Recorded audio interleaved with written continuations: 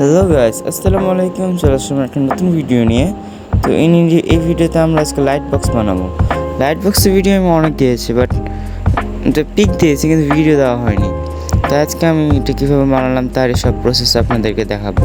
কি সুন্দর একটা ফ্যামিলি পিক। চলুন শুরু করি। প্রথমে আমি এরকম আর্ট পেপার একটা ফ্রেম টাইপ বানিয়ে নিব।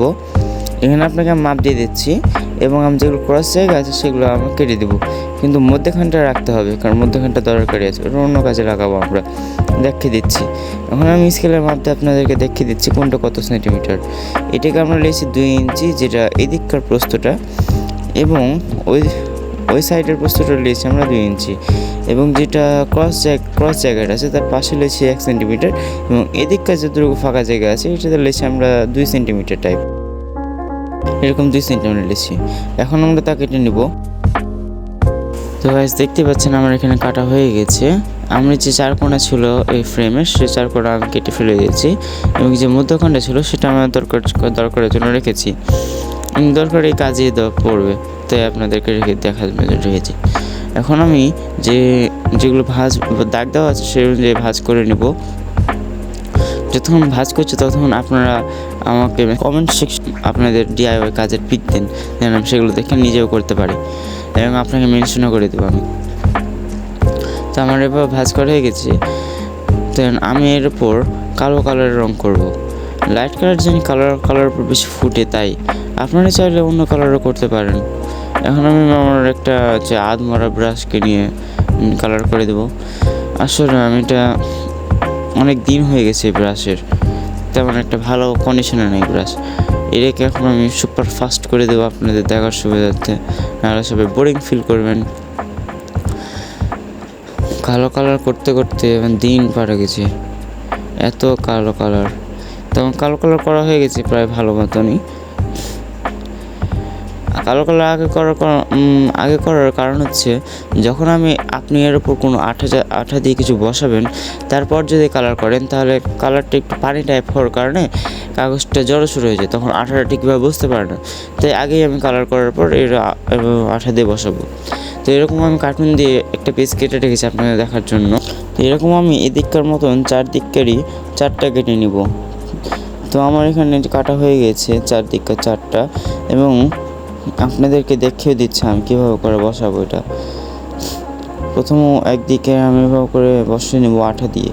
তো ওইভাবে করে 1টা 2টা 3টা 4টা, এবং মধ্যখানের জন্য 1টা 5টা। এর মধ্যখান পুরোপুরি ওই কার্টুনের সাথে যেন এটে যায় এরকমভাবে করবেন, মানে পুরো সমান 1 সেন্টিমিটার নিয়ে।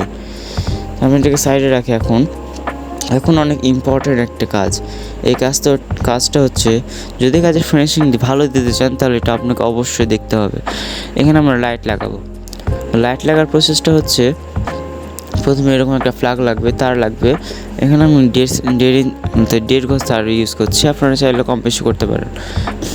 এখন আমি আমার ফ্ল্যাগের সাইজ অনুযায়ী তারটাকে কতটুকু কাটতে হবে তা দেখে নিচ্ছি। তো আমার এখানে তার কাটা হয়ে গিয়েছে। আর যেহেতু আমি এটাকে প্রথমবারের মতন করছি, তেমন একটা এক্সপিরিয়েন্স নেই কীভাবে লাগাতে হয়, তো তার লাগাতে আমার দিন পার হয়ে গেছে। এতক্ষণ ধরে লাগাচ্ছি, জিনিসটা লাগেই না ওই গোল জিনিসের মধ্যে। তো আমার এখানে লাগা হয়ে গিয়েছে। এখন শেষ দিকের সাথে আমি ওই লাইটে জোড়া দেবো। কীভাবে জোড়া দেবো দেখেন। প্রথমে আমি যে লাইট বক্সের জন্য কাগজটা মধ্যখানে ছিল ওটাকে নিব, যে মধ্যখানে কেটে রেখেছিলাম ওটা নিব, এবং মধ্যখানের জন্য আমরা যে কার্টুন দিয়ে ওই জিনিসটা কেটে রেখেছিলাম ওটা নেব। দুইটাকে আমরা ভালো মতন মধ্যখানে বসিয়ে একটা ফুটা করব মধ্যখানে। তো ফুটা করার জন্য আমি এখন অন্য কিছু ব্যবহার করব, আপনাদেরকে দেখানোই হয়নি আমার এই পিকটা।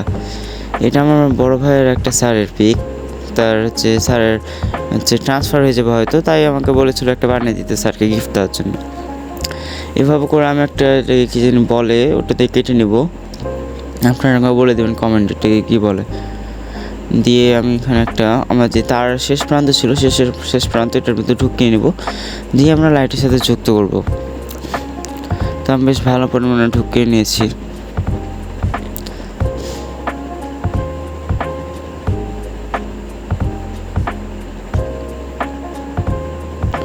আপনাদেরকে দেখানোই হয়নি। এটা হচ্ছে কীভাবে করেছি তা আপনাদেরকে বলে দিচ্ছিলাম প্রসেসটা। প্রথমে এরকম দেখতে এবং লাইটের কাছে গেলে এরকম। প্রথমে একটা ব্ল্যাক অ্যান্ড হোয়াইট আমরা এখানে হচ্ছে স্কেচ করে নিয়েছি, এটা হচ্ছে কম্পিউটার থেকে করে নিয়েছি। দেন পিছনে একটা কালার প্রিন্ট করেছি এবং ওপরে শুধু স্কেচটা ভাসছে আর পিছনে কালার প্রিন্ট আছে, লাইটের কারণে সেটা ফুটে উঠছে, বাস এতটুকুটাই। দিয়ে তারপর লেমিনেটিং করে নিয়েছি, পলিথিন যেটাকে মারে এরকম। আমি এখানে জোড়া দেওয়া হয়ে গেছে আমার লাইটের সাথে তারটা, দেখেন কীভাবে জোড়া দিয়েছি। এখানে এসিডিসি এটা লাইট এটা, এবং এটার আলো প্রচুর। আমার ক্যামেরাটা কেমন করতে লেগেছে আলোতে, আর এটা প্রচুর হিট উৎপন্ন করে। আপনি যদি এটাকে 5 সেকেন্ডের মতো হাতে ধরে করেন আপনার হাত পুড়ে যাবে, ফোসা নিয়ে নেবে এরকম। এখন আমি এর উপর আবার কালো রঙ করে দিচ্ছি, এটাকে আঠা মারলে তখন জড়সড় হয়ে যাবে। তাই এখন হচ্ছে শেষ পালা, শেষ মুহূর্ত। এখন আমি সমস্ত কিছুতে আঠা লাগাবো। এখানে আঠা বলতে আমি হট গ্লুগান স্টিকটা ইউজ করব, আপনারা চাইলে ফেভিকলটা ইউজ করতে পারেন। তো এখানে আমি এভাবে করে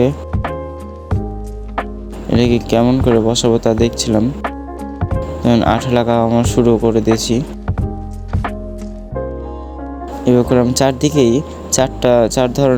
চারটা ওই কার্টুনের কাটা ওগুলো জিনিসকে আমি লাগিয়ে দিলাম, এবং চার কোণাকে আমি ভালো মতন ফিনিশিং দেওয়ার জন্য এগুলো ভালো করে লাগিয়ে নিচ্ছি। তো আমাদের একটা বক্স রেডি হয়ে গেছে। এখন ওপরকার যেটা একটা কার্টুন কেটে রেখেছিলাম সেটা বসিয়ে দেবো। এই যে এটা এভাবে করে বসিয়ে দিয়ে আঠা মেরে নেবো আমরা। আপনাদেরকে একটা লাইট জ্বালিয়ে দেখিয়ে দিই, যে দেখেন অনেকটাই সুন্দর লাগছে দেখতে। লাইটটা এখন ভালো মতন না বসার কারণে একদিকে হওয়ার কারণে বেশি আলো যাচ্ছে ওইদিকে। ভালো মতন বসানোর পর ভালো লাগবে দেখতে। এখানে আমার ভাইয়া বলেছিল ভিতরে সাধারণ করতে, সাধারণ করার ফলে এটা হচ্ছে বেশি গ্লো হবে, তাই ভালো একটা রেজাল্ট পাওয়া যাবে।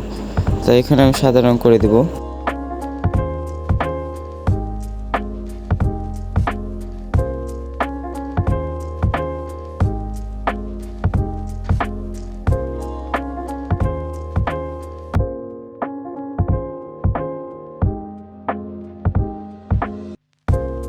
এভাবে করে বসিয়ে নিব।